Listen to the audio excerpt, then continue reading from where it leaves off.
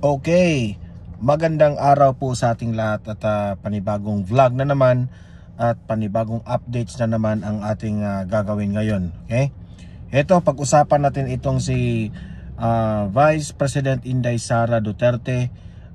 Nagpalabas siya ng speech kanina patungkol po sa Philippine Eagle Week. Okay, panoorin natin yan mamaya. Okay, pangalawa natin pag-usapan itong si Chua at si Luis Tro, no, sa House of Representatives, no, nagsalita na patungkol sa impeachment ni VP Sara. Okay? Kailangan nilang magsalita para relevant sila sa mga issues, di ba? Ito yung mga House of Representatives na mga sunod-sunuran ni Tambaluslus. Okay? Mamaya papakita ko yan, no? Nagsalita na itong dalawa. At ito rin, titingnan natin at panoorin natin itong update rin ni Congressman Teves. Okay? Kung ano na ang nangyari sa kanyang kaso. Okay? At ano ang kanyang kalagayan doon sa loob ng kanyang detention cell. Okay? At ito pa, Vice President Sara may reklamo sa impeachment trial. Okay? Kung naniniwala po itong si VP Sara na itong gagawing impeachment sa kanya, kung sakasakaling matuloy ito, ay sabi niya posibleng may nilabag ito sa ating konstitusyon. Okay? Mamaya pakikinggan natin yan. Ang dami natin topic ngayon. Ito, Attorney Claire Castro, ipinagtanggol itong si Presidente Bongbong Marcos sa sinabi ni Basti Duterte, na sabi ni Basti Duterte ay wag na tayong magpabudol dyan, ha? Kainin mo yung reconciliation mo, di ba? Yan ang sabi ni Basti. Ayan yung attack dog na si Attorney Claire Castro, todo naman yung tanggol dito kay PBBM. Di syempre hinire yan itong si Castro para atake lang ng atake sa mga Duterte. Di ba? Ito, last but not the least, Vice President Sara Duterte, may update na siya patungkol dito kay former President Duterte. Kung paano makakalabas itong si Tatay Digong natin, and that is a good news, di ba? Mamaya pag-usapan natin itong mga na-mention ko, pero bago ang lahat, bago natin ito pag-uusapan, help me po muna na i-like at saka i-share itong ating video para guys kakalat ito sa taong bayan. Okay? Sabay-sabay muna tayong mag-like and share sa Don Mar TV. 1, 2, 3, go. Yan, naka-like and share na ba? And sa mga bago pa lang dito sa aking channel, mag-subscribe na po kayo para lagi kayong updated sa ating mga balita. And at the same time, yung mga cellphones po ninyo, ma-notify kayo kung meron tayong breaking news, kung meron tayong bagong uploads, and at the same time, kung nagla-live mismo itong channel na ito, ma-notify at malalaman po ninyo. Okay? Kaya mahalaga po na mag-subscribe tayo sa Don Mar TV.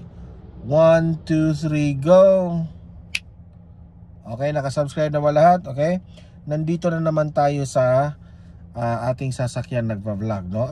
Ako naganahan akong magva-vlog dito sa aking kotse kasi iba yung ambience, ha? Ito. Simulan natin itong makinig tayo sa speech ni VP Sara, ha? Kung ano po ang kahalagahan nito sa atin bilang isang Pilipino. Okay? Philippine Eagle Week. Okay, ito, panoorin po natin si VP Sara. Play.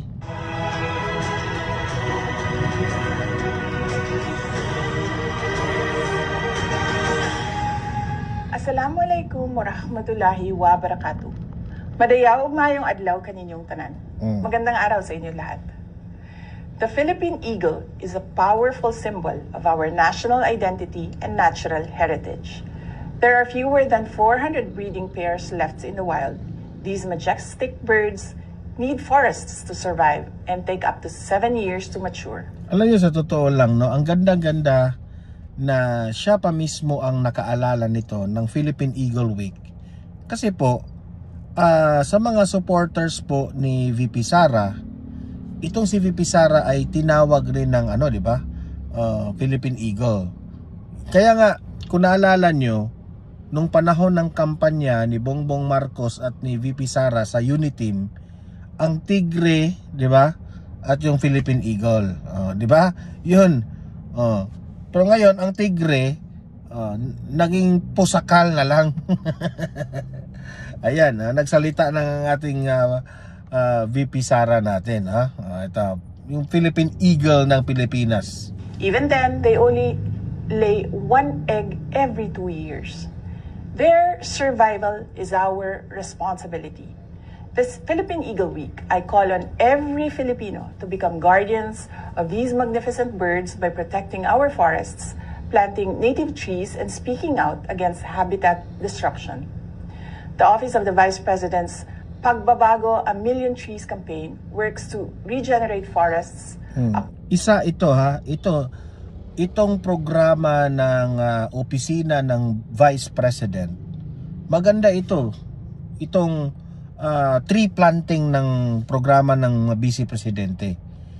Simple lang yan pero nakaisip po si VP Sara na tayong Pilipinas, imagine, no? Lahat tayong mga Pilipino, kung kita po ay tatanim ng isang puno, bawat isa sa atin tatanim tayo ng isang puno, malaki po ang diferensya niyan. Malaki po ang epekto niyan sa ating forest, our wild forest natin. Yung mga ibon, yung mga hayop natin na nandoon sa kalikasan natin, lahat-lahat na doon sa forest natin, malaking tulong yan. Pero ang administrasyong Marcos hindi man lang nakaisip ng ganyan. That is very simple. Hindi yan masyado malaki ang budget, pero wala ni isa sa kanila walang nakaisip ng ganyang style. Buti pa si Kibuloy, meron rin silang programang tree planting. Yan ang mga leader na may utak. Hindi kagaya ng leader ngayon na bangag na yung pag-iisip, walang naidulot na maganda na mga programa.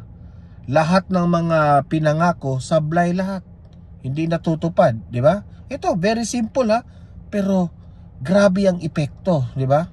Across our islands, creating safe havens for wildlife that depend on these ecosystems. What we save today flies free tomorrow. Our children deserve to witness Philippine eagles soaring in our skies. Tama po. Let us plant trees. Tama si VP Sara. Ako meron naman akong anak, di ba? Gusto ko rin ma-experience one of these days. Gusto ko ma-experience na yung aking anak na si Brad Stephen ay makakita sa bago kasi endangered species na rin yung Philippine eagle natin, di ba? Bago mawala yung species na yan, at least yung mga anak at mga anak natin, anak sa mga anak natin, makakita pa niyan, di ba? And we hope, no, kaya nga sabi ni VP Sara, magtanim tayo ng mga trees. Ito na lang yung tanging paraan na makatulong tayo dito sa mga ibon na ito, di ba? And work together to ensure this critically endangered species thrives for generations to come. Sa bawat puno na ating itatanim, sa bawat kagubatan na ating pangangalagaan, nariyan ang pangako ng isang magandang kinabukasan para sa agila at sa susunod na henerasyon ng mga Pilipino. Ang lahat ng ginagawa natin ay para sa Diyos sa bayan at sa bawat pamilyang Pilipino. Syukran. Ang ganda, no? Sa totoo lang, kinakalibutan ako sa sinabi ni VP Sara Kasi lagi siyang tinatawag ng kanyang mga supporters ng Agila. So ano ba ang katangian ng Agila? Ang Agila is very brave, no? At yung kanilang mga mata po ay very observant, and kahit nasa nasa malayo ka, nakikita ka nila. Okay? Yang simbolo ng Agila na yan, no? Ang Agila po ay simbolo ng tawag doon, bravery, okay? Bravery ng bansang Pilipinas, okay? Isang leader na siya ang dahilan na uunlad ulit tayo. Dahil alam natin na napapalibutan na itong bansa natin ng mga crocodile. Alam natin yan, di ba? So, isang agila ang babangon sa Pilipinas. Di ba? Ang ganda nitong si VP Sara pa ang nakaisip nito na mag-speech siya, no, sa kanyang opisina, Philippine Eagle Week. Ewan ko na lang kay Bongbong Marcos. Tigre raw siya. Tigre na pusakal. Eto, sunod nating pag-usapan ay itong si Luistro at itong si Representative Chua.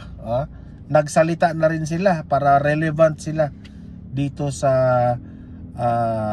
matutuloy ba o hindi matutuloy ang impeachment trial ni VP Sara. Ito, pakinggan naman natin. Well, for me, that is unconstitutional. They're violating their constitutional mandates. Hindi lubos maisip ni Manila 3rd District Representative Joel Chua kung papaano ma-dismiss ang impeachment case na inihain ng Kamara sa Senado laban kay Vice President Sara Duterte nang hindi pa nakapagsasagawa ng paglilitis. Ginawa diba? So, hindi po tayo nagkakamali.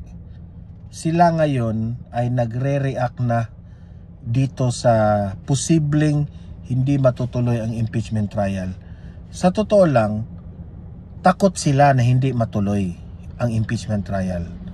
Sobrang takot yan sila kasi alam po nila grabe po ang epekto nito kapag si VP Sara po ay magiging presidente sa 2028. Kaya kailangan nilang ma-impeach si VP Sara kasi alam nila magbabago po ang kanilang political career kapag hindi po ma-impeach si VP Sara. Kaya nga sablay yung sinabi ni Igan, no, itong si Clavio, na kung hindi raw mangyari ang impeachment trial ni VP Sara, ay everybody happy na raw yung mga corrupt sa bansang ito. Alam mo, Igan, no? Tama nga yung sinabi ni Ma'am Joey De Vivry na ikaw ang dahilan kaya wala nang nanonood sa mainstream media. Kasi meron pong mga taong nagtatrabaho sa mainstream media na sobrang bobo yung utak. Sa totoo lang. Alam mo, Igan, ang mga Duterte po, hindi yan papayag sa mga corrupt officials. Yan ang totoo. Kaya nga, galit na galit si VP Sara. He is trying to expose sa mga kabalastugan dyan sa House of Representatives. Kung maalala natin ang kanyang sinabi, kung anong ginawa nila dyan sa DepEd na yan. Diba? Kaya ito si Representative Chua, hindi ko lang alam kung inutusan ba siya ni Tambaloslos na mag-comment naman kayo. Pero wala nang mga naniniwala sa kanila buti lang nanalo pa ito malapit itong natalo so sa akin lang ba, no,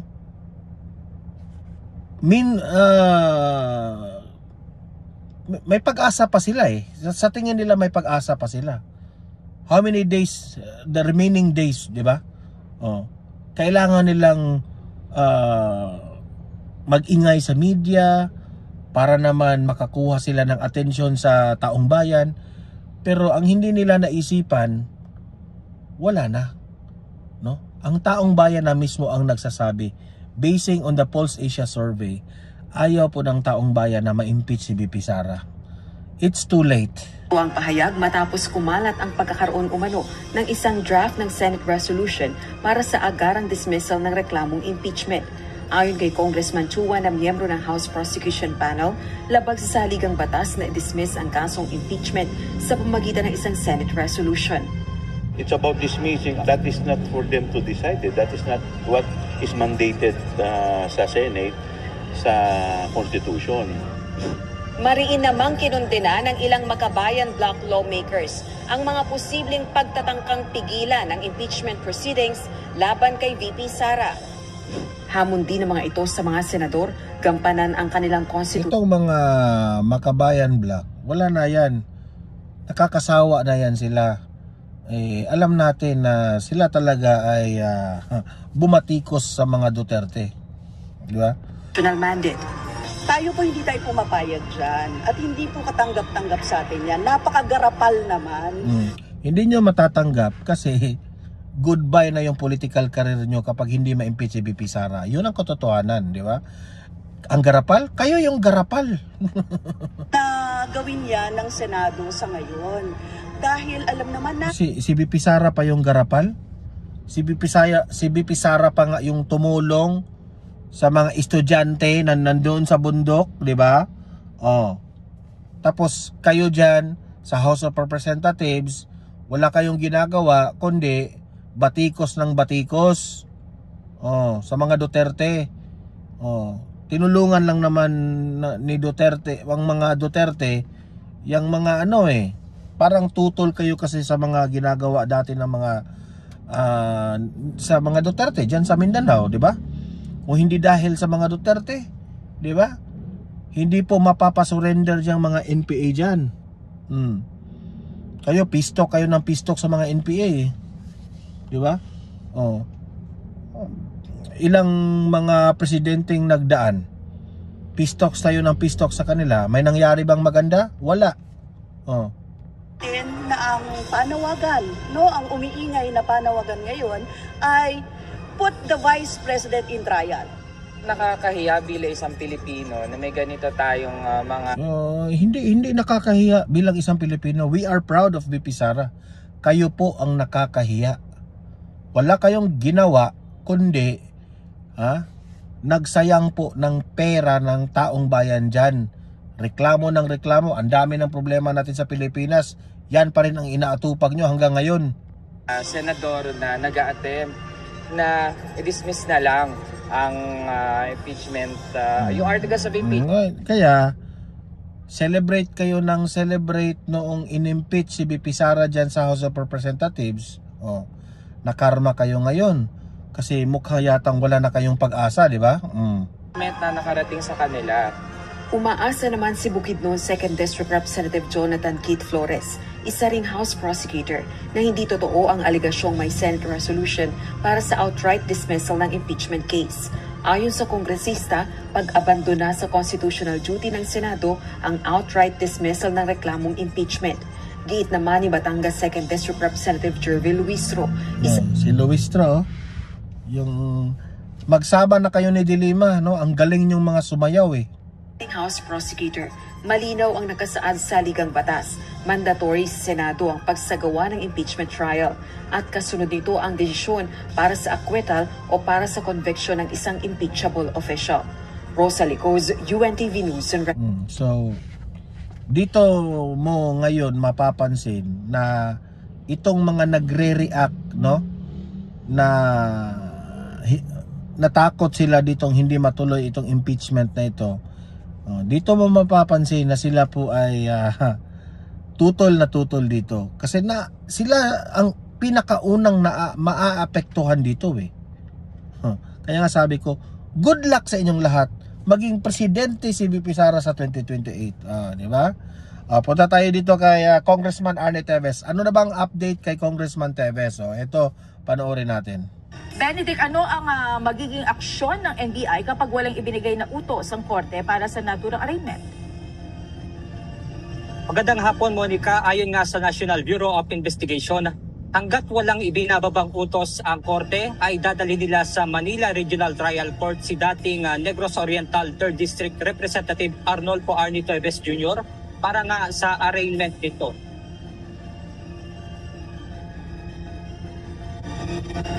Bukas ng umaga nakatakdang dalhin sa Manila RTC ang dating kongresista para basahan ito ng sakdal. Pero kapag pinagbigyan ng korte ang motion na inihain ng legal counsel ni Tevez na si Attorney Ferdinand Topacio, ay maaaring virtual na lamang ang maging paraan ng pagdalo nito. Pwede naman yun sa judiciary. Yes, hanggat wala kaming natatanggap na order from the court, kung ano yung usual, dadalin, yun dadalin.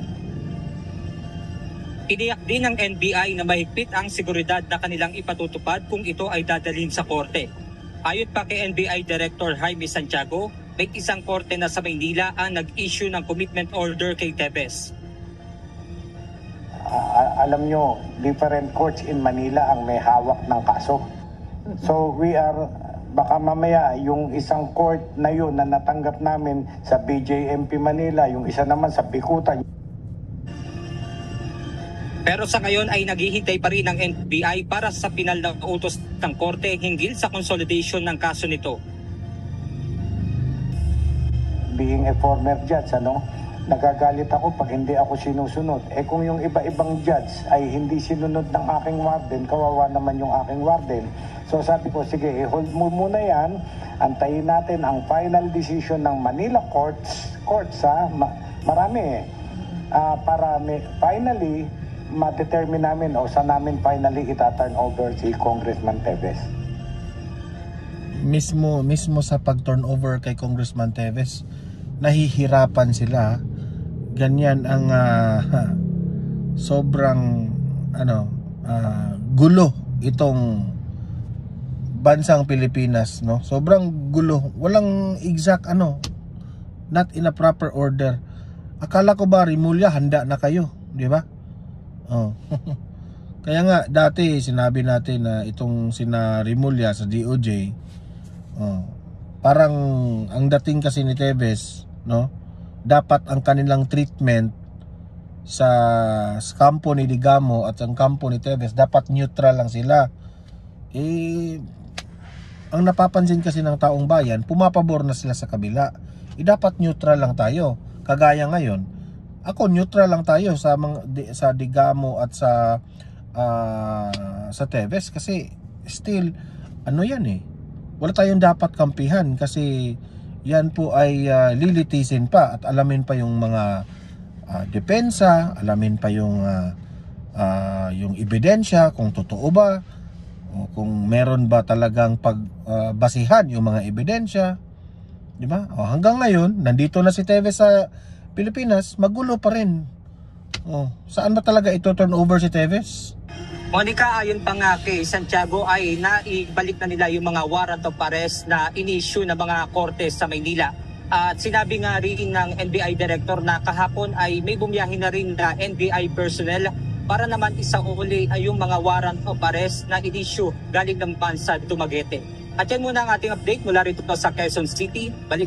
So yun po ang update kay Tevez Okay, punta tayo dito sa balita na itong si VP Sara, no, ay balita na may reklamo rin siya, no, patungkol po sa ang impeachment trial ba ay masasabi ba nating tama ba ito, no, ang proceedings dito o may linabag ba ito sa ligang batas, may nilabag ba ito sa ating konstitusyon? Alamin natin kasi meron ring reklamo si VP Sara Ito, play. Well, yan ma'am, kina-question din namin yan. Yung pag-crossover from the 19th to the 20th Congress. Dahil ang composition ng House of Reps. May mga nakitang lapses o pagkakamali si Vice President Sara Duterte sa proseso ng impeachment laban sa kanya. Kaya ayon sa Vice Presidente, plano nilang questionin kung naaayon ba ito sa saligang batas. Partikular na ang posibleng pagtawid ng paglilitis mula 19 Congress hanggang sa yan ang malaking tanong. Kung yan ba ay tama ba yan, yung proseso na yan? Di ba? Kasi kung hindi, di ba? Hindi po matutuloy yung impeachment trial na yan. Di ba? Kasi nakakalito rin itong batas natin yung mga unconstitutional, yung mga Ewan ko. Na 20th Congress. Bukod dito, wala nang ibang detalye pang ibinigay si VP Sara sa kanyang kinahaharap na kaso. Kasi papagalitan siya ng kanyang mga lawyers rin eh. Diba? Pinipili na lang niyang ipaubaya ang sagot sa legal team na humahawak ng kaso. Hindi ko po nasusundan actually yung mga nangyayari sa Pilipinas kasi magkaiba yung time zone, pero ang pagkakaintindi ko ay madaming procedural lapses na nangyari na labag sa Constitution. Samantala, nanindigan ng Malacanang na hindi makikialam si Pangulong Ferdinand Marcos Jr. sa issue ng impeachment laban sa pangalawang Pangulo. Hindi siya makikialam pero may uutusan lang siya. Ano lang natin yan ha? Mga possibilities ba? Kay Palace Press Officer Undersecretary Claire Castro, nasa Senado na ang lahat ng aksyon ukol dito. Sinabi naman po ng Pangulo na ito po ay nasa kamay na po ng Senado. Ang sa akin lang, I hope lang na paninindigan ni Chis Escudero na hindi siya mauutusan. Yun lang, di ba? At hindi po makikialam ang Pangulo kung ano man po ang nangyayaring pagdedebate sa Senado. Aminado ang palasyo na maraming opinyon ang umiikot tungkol sa usapin ng impeachment, ngunit para sa Pangulo kailangang sundin ang tamang paraan anuman ang issue. Ang gusto lamang po niya, para sa kalahatan, hindi lamang po para sa impeachment, dapat lang po manatili ang due process, manatili ang proseso. Kung ang proseso po ay... tingnan nyo ha, biglang nag-iba ang ihip ng hangin sa Malacanang patungkol po sa usapin ng impeachment, di ba? Pansin nyo, pati si Claire Castro, nag-iba yung mood niya, di ba? Kasama po dito ang pagtugon at pagtupad ng mga probisyon ng konstitusyon. Dapat sundin ang kung ano nasa konstitusyon, kung ano nasa batas at kung ano ang rule of law.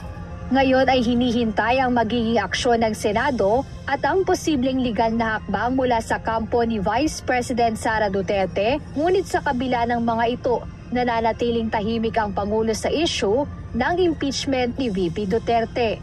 Jedne Resina, UNTV News. So yan, it's a battle of brains sa mga lawyers ito. Kahit nga si Hontiveros, si Pimentel, itong si Tolentino, may iba rin pinagdidebatehan, di ba? Yan, ano yan, huhukayin nila yung mga batas, rule of law, mga saligang batas na yan. Tingnan natin. Kung ako naman yung tatanungin ninyo, whether it will be maganap yung impeachment o hindi maganap yung impeachment trial, no? Wala akong problema. Kasi ako po ay malaki ang aking paniniwala na yan, sabi nga ni VP Sara, gusto niya bloodbath, di ba? Kasi alam niya na lamang siya kapag ma-impeach, kapag merong impeachment trial, sa tingin ko ang daming mabubuking na mga sasabihin ni VP Sara. Ang daming ibubuking si VP Sara dyan. Okay? Ito, Attorney Claire Castro, ipinagtanggol si Bongbong Marcos laban kay Basti Duterte. Panoorin natin ito. Play. So wala pong nagsisinungaling dito. So maaari lamang po. Kasi sinabi po ni Basti Duterte na dapat ba tayong maniniwala kay Bongbong Marcos? Sinungaling yan. Yan ang sabi ni Basti. Todo tanggol naman itong isa. Itong si Mayor Baste ay hindi niya naintindihan ang pahiwatig ng Pangulo patungkol sa rekonselyasyon, o siya ay napapaligiran. Hindi ibig si Baste, anong tawag doon? Hindi ibig sabihin na hindi niya naiintindihan, Claire Castro. Ayaw lang niya magpabudol. Sabi ni Baste, kailan ba tayo, ang dami ng sinasabi ni Bongbong Marcos, diba? Ang daming mga promises. Natupad ba? Iba yung kanyang mga sinasabi sa kanyang ginagawa. Yun ang ibig sabihin ni Basti Duterte. Diba? Sinungaling. Hindi na sila maniniwala diyan. Di ba? Hindi mo sabihin na hindi niya naintindihan or kung ano yung explanation mo.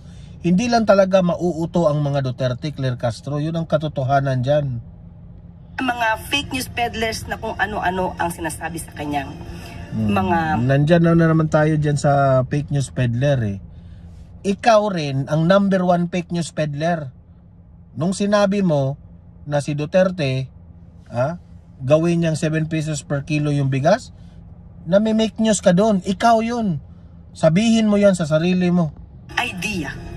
Sincero si Pangulong Ferdinand Marcos Jr. nang sabihing handang makipag-ayos sa pamilya Duterte at kahit handang makipag-ayos ikaw Bongbong Marcos sa mga Duterte, ayaw rin ng mga Duterte na sayo, no? Ibang tao.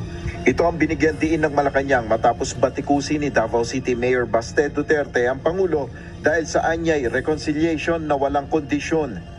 Sa pagkakaintindi ko, gusto niya na may reconciliation pero walang condition, meaning walang terms, di ba? Kainin niya yung reconciliation niya. Wala yan.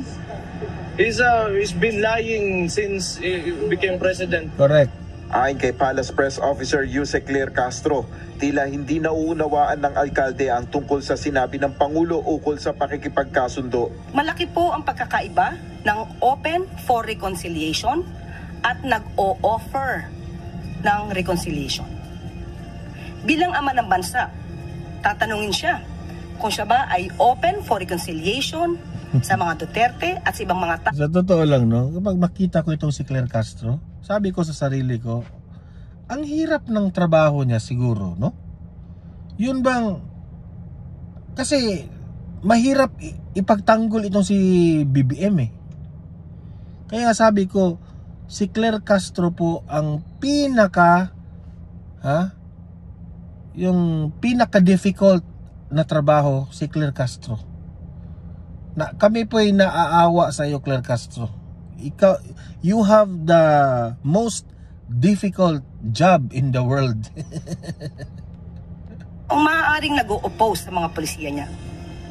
Ano po ba ang dapat tugunan? Ang maging tugon ng isang ama ng bansa? Dapat lang, opo, open siya for reconciliation. Una nang pinalutang ng kampo ng mga Duterte, partikular na ni Senator Bongo na maaari ang pakikipagkasundo kung pauuwiin mula sa The Netherlands si dating Pangulong Rodrigo Duterte. Kinontra rin ng palasyo ang sinabi ni Mayor Baste na ang resulta ng katatapos na eleksyon ay nagpapakita umano ng kahinaan ng Pangulo. Tandaan po natin, 6 ang nanalo po sa alyansa. Hindi po yan pangit na numero. Hindi lamang po, ang nais lamang po sana ng Pangulo, mas madami pa na nakasama mula sa alyansa. Bumuelta naman si General Nicolas Torre III sa pag-question ng Davao City Mayor sa pagkakatalaga sa kanya bilang PNP Chief. Tinalo na niya 3 ranks. Yeah. And na ngayon sinasabi ni Marbil na it was based on merit. Come on. Rewind lang ng konti sa termino naman ng tatay niya kung sino unang Chief PNP. Okay? So, ano ranggo ng unang Chief PNP at ano ranggo ko bago ako naging Chief PNP. So, it really goes back to him, really. Seriously speaking, it goes back to him. Okay? The first Chief PNP of his father is a 1-star na naging automatic 4-star. Did he ask that?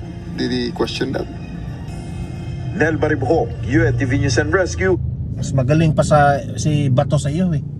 Kasi wala kang nag-ooperate ka ng ang daming lapses na mga operations mo, Tore. Huwag mo nang i-compare si Bato sa iyo, di ba?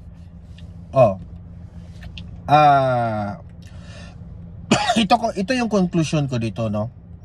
Bakit si Bongbong Marcos ay gusto nang makipagbati ng mga Duterte? Ako, nakikita kasi ni Bongbong Marcos na palubog na ang kanilang pangalan. The only way na mabalik ang kanilang pangalan ay actually sa totoo lang yang pagbanggit ni Bongbong Marcos na reconciliation sa mga Duterte, that is a desperate move sa totoo lang. Hindi mo sasabihing makipag-reconciliate ka sa kanya kung wala ka ng option. Bongbong Marcos has the last option now. Isa na lang ang kanyang option. Yang reconciliation sa mga Duterte. Alam mo ba kung bakit? Yan po ang pundasyon sa kanilang pangalan. Remember, baka nakalimutan nyo na sobrang sira ang pangalan ng Marcos. Kung paano sinira ng mga dilawan ang pangalang Marcos. Kahit nga sa mga libro. Diba? Nung tayo po ay elementary at high school, sirang-sira po ang pangalan ng Marcos. Diktador, yung kanyang tatay, kung ano-anong mga story about Marcos. Na talagang sabi ko, sirang-sira talaga ang pangalan ng Marcos. Ang tanong ko po, sino ang dahilan bakit bumabalik sa pananaw ng taong bayan? Ha? Walang iba kundi ang mga Duterte. Dahil sa mga Duterte, dahil pinuri ng pinuri ni former President Duterte nung time sa kanyang administrasyon, pinuri niya ng pinuri ang tatay ni Bongbong Marcos na si Ferdinand Marcos.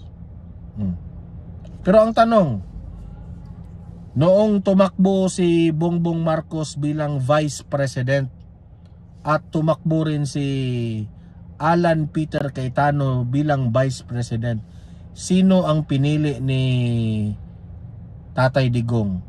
Walang iba kundi si Alan Peter Cayetano. Hindi si Bongbong Marcos. Yan si Bongbong Marcos, balik yan ang balik doon sa Davao kasi gusto makipagtandem kay Duterte. Pero Duterte, Tatay Digong is very consistent. Noon pa, ayaw niya kay Bongbong Marcos. Alam niya may bagahe. Alam niyang may bagahe. Di ba? Alam niyang weak leader. Alam niyang bangag.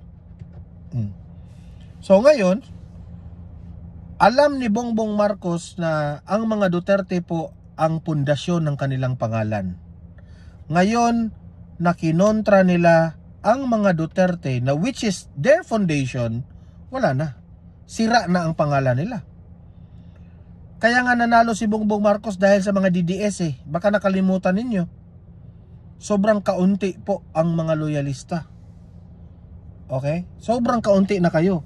Meron nga mga loyalista na bumaliktad na rin, na pumunta na sa mga Duterte, sa mga DDS. Di ba? Kaya, he is for reconciliation ngayon kasi alam niya na that is the last option. Desperate move. Kaya si Senator Aimee, ako ay personally this is my personal opinion, si Aimee Marcos, desperate move rin yung ginagawa niya. Okay? Last option. Wala. Sira na yung pangalan nila Sira na again yung pangalan nila. The only way na at least meron pang matapakan ng ang kanilang pangalan sa mga Duterte, kumampi ulit sa mga Duterte para maibalik konti yung pangalan nila. Okay?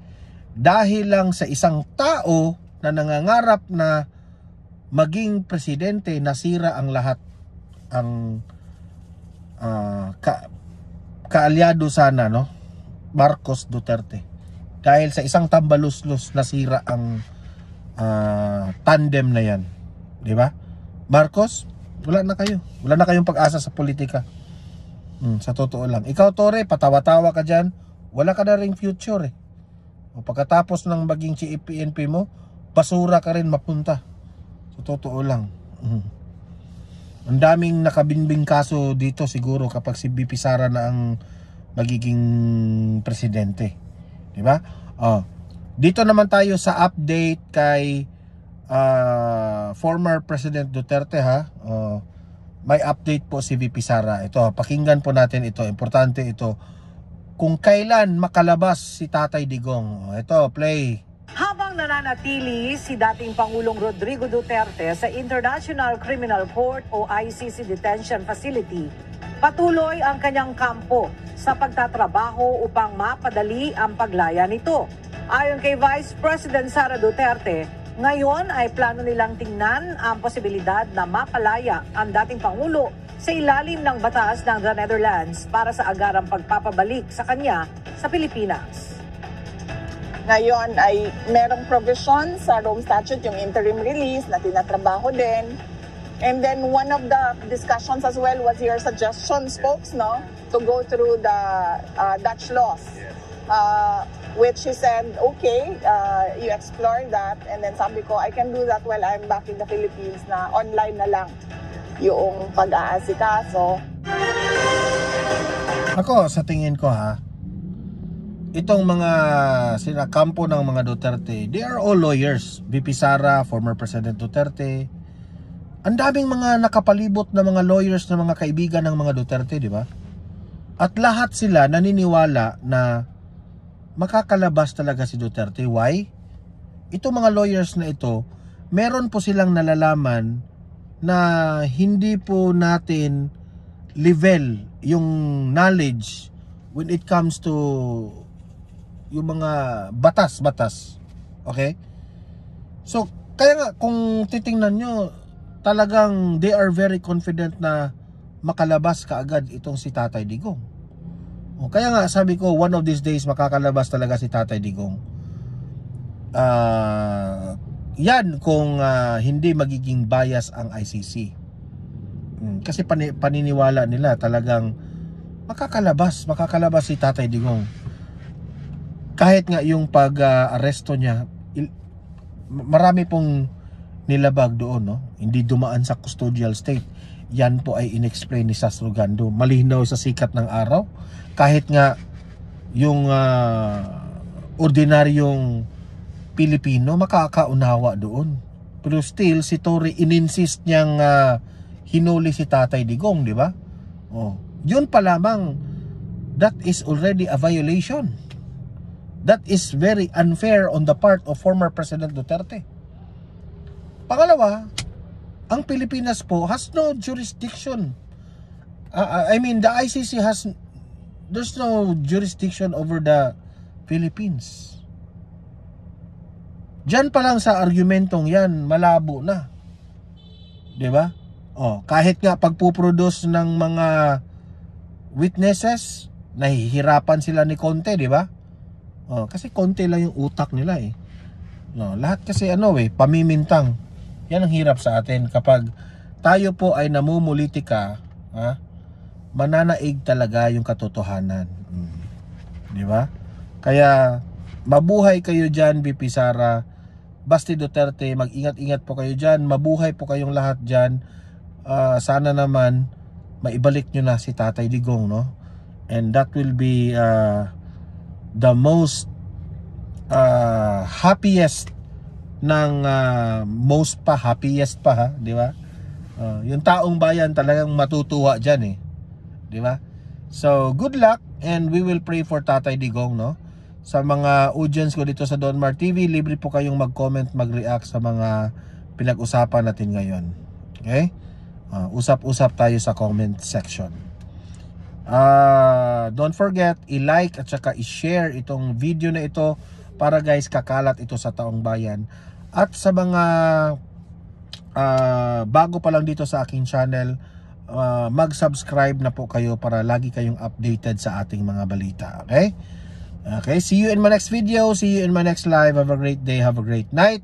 God bless po sa ating lahat at mabuhay ang Pilipinas. And God save the Philippines. Bye-bye.